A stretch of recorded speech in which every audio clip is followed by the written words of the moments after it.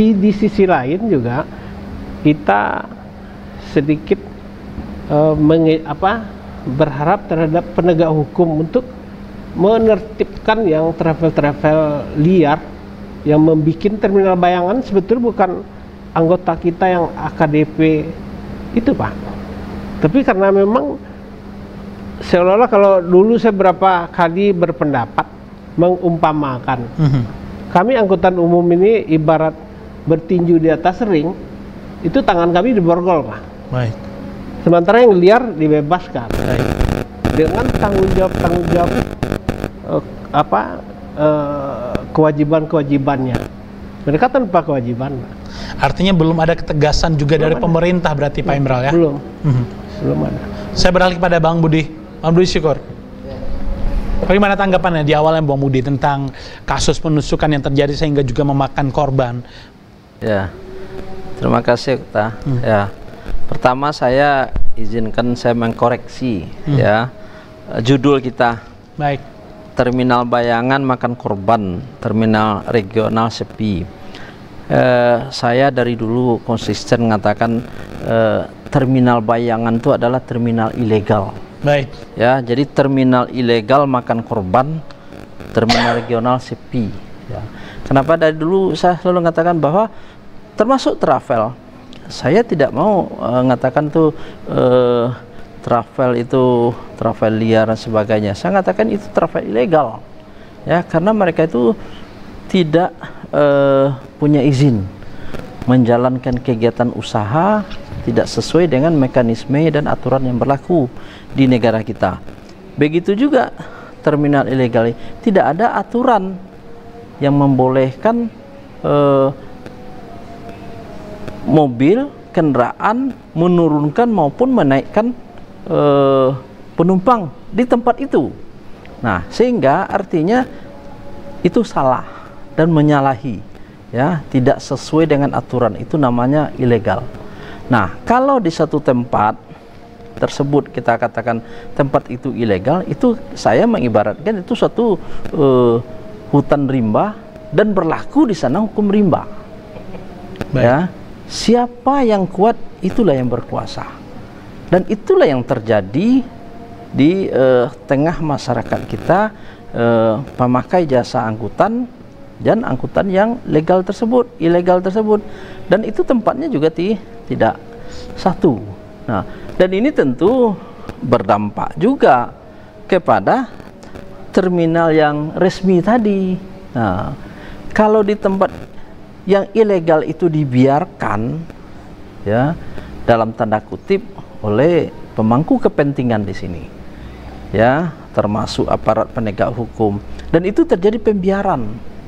Nah, kalau sudah terjadi pembiaran, ya masyarakat kita kan tentu, ya kita paham, tidak mungkin mereka itu akan, ya maaf ya, untuk pergi ke terminal anak air, walaupun itu terminal itu tipe A, ya, dengan bangunannya standar tipe A, kemudian juga kita untuk datang ke sana tuh mungkin kalau dari pusat kota hampir 20 kilo, itu suatu hal yang tidak mungkin. Ya, konsumen akan datang ke sana pergi berangkat, dan begitu juga bus tadi tidak mungkin pula mereka akan masuk ke sana nggak ada penumpangnya. Nah, oleh sebab itu kesalahannya adalah untuk menyiapkan terminal yang representatif itu yang bisa dijangkau oleh masyarakat di sana, ya, kemudian juga tidak merugikan perusahaan transportasi apabila, ya, mereka masuk ke dalam itu mengikuti aturan-aturan dari terminal TPA.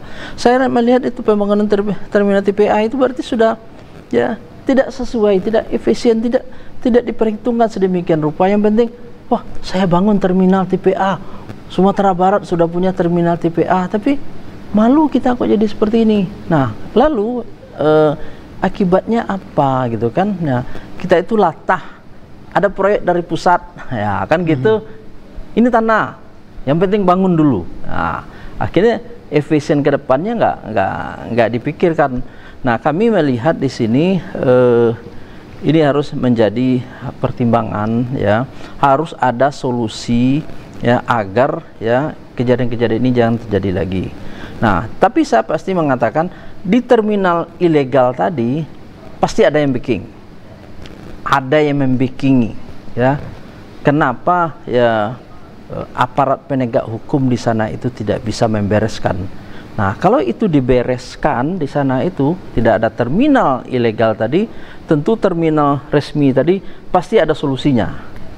Mungkin disiapkan mobil-mobil feeder untuk sana, ya, harus ada.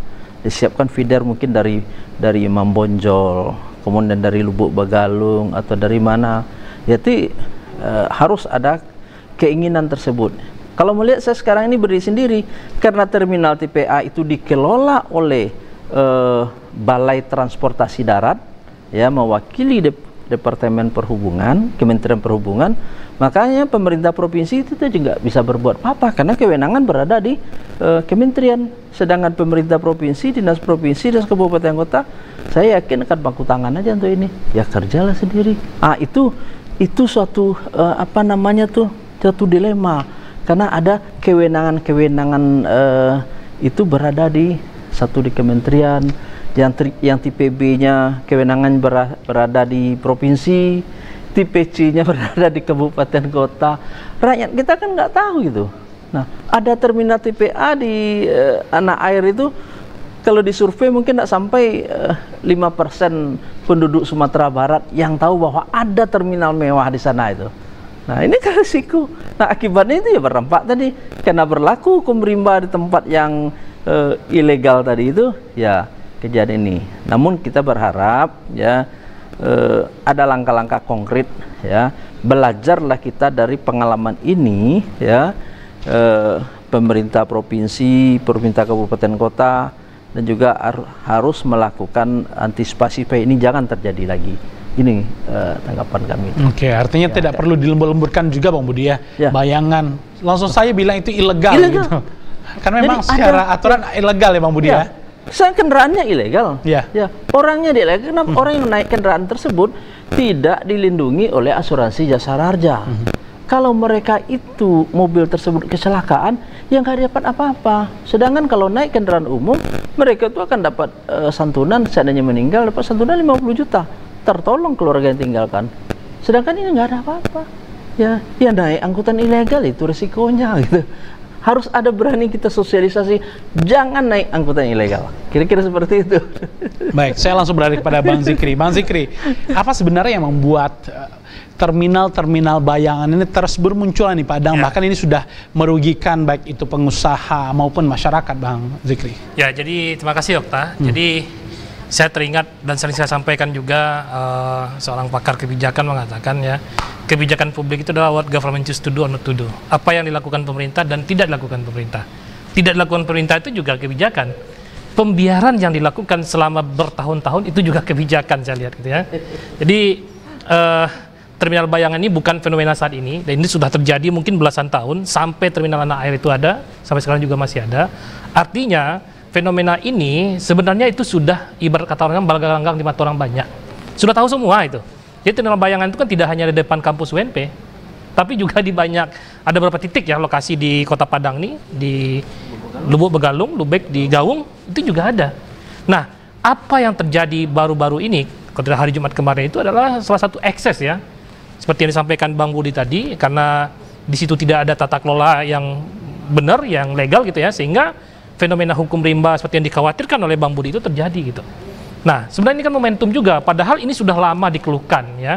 Termasuk ini akses orang untuk transportasi ya di jalan raya itu terhambat gitu ya, orang mau masuk kampus juga terhambat, dan ternyata menimbulkan korban jiwa juga gara-gara itu gitu ya, gara-gara persoalan ya rezeki juga. Dan kita pahami mengelola transportasi ini kan tidak hanya bicara transportasi tok saja, ada dinamika sosial dan ekonomi di sana. Termasuk juga keberadaan terminal Anak Air yang saat ini kita katakan ya belum berfungsi. Padahal saya di luar sana tuh, Pak, tapi saya belum pernah masuk gitu, karena juga tidak ada kepentingan masuk ke sana gitu. Ya, pertama aksesnya sempit gitu ya, jalannya bukan jalan yang, mohon maaf, ini bukan cocok untuk terminal. Itu ada perumahan, nggak tahu kita ada mobil besar lewat gimana aja kan. Artinya apa yang dikeluhkan oleh para pengusaha transportasi sebenarnya itu juga dirasakan oleh masyarakat gitu. Nah, dan posisinya itu berada di pinggiran kota. Kemarin diskusi juga dengan beberapa teman, ini terminal ini pasnya di mana nih posisinya, apa dalam kota atau di pinggir kota? Nah kalau saya lihat seperti ini kan, kalau hanya membangun terminal tanpa membangun ekosistem pendukungnya, ini yang terjadi, ya.